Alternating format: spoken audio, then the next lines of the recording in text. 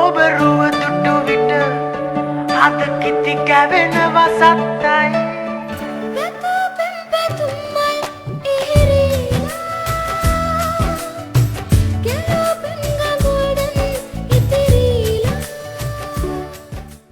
මගේ දැස් දිහා බලපං පං පං තවත් වරක් හිතපං පං පං මට කියන කරන දේ සුදුසුයි දැයි උඹ හිතෙන් අහලා බලපං පං පං ඉවරයි පඩලම් විකියුදේ මතකේ තවම රැඳේ ආඩම්බරයි දරුවමනම් හොරහින් බලන්නේ නම් කම්මුල් සිඳින්න මගේ හොඳ නම් ආරෙන් දෙරෙන්න ඇයිතා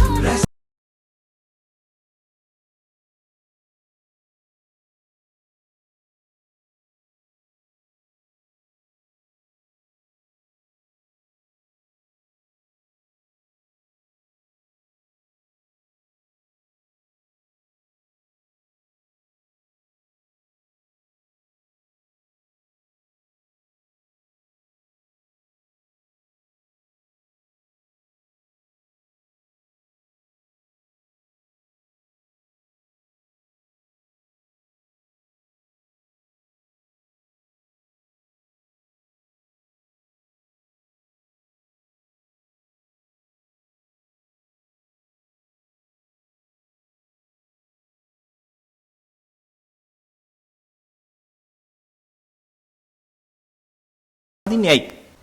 අපි යම් කිසි ගෑල් ළමයෙකුට ආදරය කරනකොට අපි හිතනවා ඒ ළමයා එක්ක අවංකයි කියලා හිතනවා, එක්ක අහිංසකයි කියලා හිතනවා, එක්ක ලස්සනයි කියලා හිතනවා.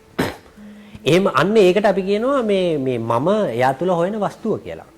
ඒ වගේ මේ හින්දි ගීත කියලා කියන්නේ මම විශ්වාස කරන්නේ කටහඬ ෆැන්ටසයිස් කිරීමක්. කටහඬ අපේ මිනිස් කටහඬ තියෙන මේ කටහඬත් ආදර වස්තුවක්නේ. මොකද පොඩි කාලේ අපිව අම්මා නලවලා තියෙනවා. එතකොට අපි බැඳෙනවනේ ඒකට. ආදරය කරනවනේ. ඒ කියන්නේ බා බා බා ගාලා මොනවාරි කියනවා. දැන් ඒ වගේ මම හිතන්නේ අපේ මහජනයා මේ හින්දි සින්දු වලට සම්බන්ධ වෙනකොට මේ වචන වල කිසි තේරුමක් දන්නේ නැහැ. ඒ කියන්නේ මොනවද මේ කියන්නේ කියලා ඒගොල්ලෝ දන්නේ නැහැ. ඒ දන්නේ නැතුව ඇයි බද්ධ වෙන්නේ කියන එකනේ ඔබ අහන්නේ. මම කියන්නේ දන්නේ නැතුව බද්ධ වෙන්න වෙන හේතුවක් ඉඳන් නෙවෙයි. ඒ හින්දි ගායකයන්ගේ කටහඬ ෆැන්ටසි ඔබ්ජෙක්ට් එකක් කරගන්නවා කියන එක. ඒ නිසා තමයි අපි ඒකට බැඳෙන්නේ. ඒතර මගේ උත්තරය කෙටියෙන් කියන්නේ ඇයි හින්දි සින්දු වලට බද්ධ වෙන්නේ?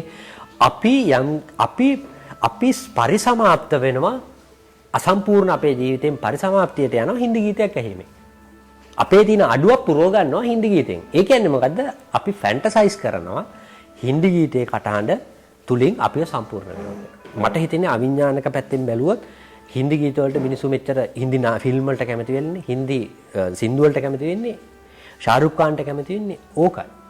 අපි පතන පිරිමියා ලංකාවේ ටෙලි නාට්‍යවල හරි චිත්‍රපටිවල මම දැකලා තියෙනවා ඉස්සන්න විජේලාරේ මේනවා. දැන් එන්නේ කරාලානේ. දැන් ආදරවන්තයොත් එන්නේ කරාලා හැටියට අතපය පුම්බගෙන. ඒතකොට මේ මිනිස්සු ලව් කරන්නේ නැහැ ඒ වගේ යන්න. එතකොට අපිට ඉතින් සිද්ධ වෙනවා කොහේ හරි තියෙන තැනකින් හොයාගන්න. ඉතින් ශාරුක් ખાන් හොයාගන්නවා. ඉතින් ශාරුක් ખાන්ට ආස කරනවා තමයි. මොකද එයා හරි සුමටයි. එයා සරලයි. මේ hina වෙනවා. ඉතින් අර අපේ රෝසි වගේ. يعني රෝසිත් හැම වෙලාවෙම hina වෙනවා වගේ ශාරුකුත් hina වෙනවා. ඉතින් අපි ආසයි. ඉතින් ඒ ලංකාවේ නළුවෝ වෙලා තියෙන්නේ මේ යකු ලව් කරන්න ඇවිල්ලා පොලිස් ගැට දාන්න යනවා අරෝමියෝ ඒ වගේ. ආදරය කරන්න පුළුවන් ද පොලිස් ගැටයක් දාන්න. නේද? දැන් ඉන්නේ පිරිමි ආදරය කරන්න දන්නේ නැති නිසා වැඩියෙන් තද කරගන්නවා එකට. ඉතින් ඒ වගේ යන්ට ආදරය කරන්නේ නැහැ කවුරුවත්. බොරුවට කියන්න පුළුවන් ආදරය කරනවා කියලා. මොකද ටොයෝටා කාරිනා කාර් එකක් තියෙනවා පිරිමියට. ඒ යකා මේ ගෑණිව බෙල්ල මිරිකන්න යනවා. ඉතින් මේ ගෑණි කල්පනා කරනවා මූ මගේ බෙල්ල මිරිකම්මකෝ මට අර කාර් එක යන්න පුළුවන් නම්. ඔහොම තමයි ලංකාවේ ආදරය හැදිලා තියෙන්නේ දැන්.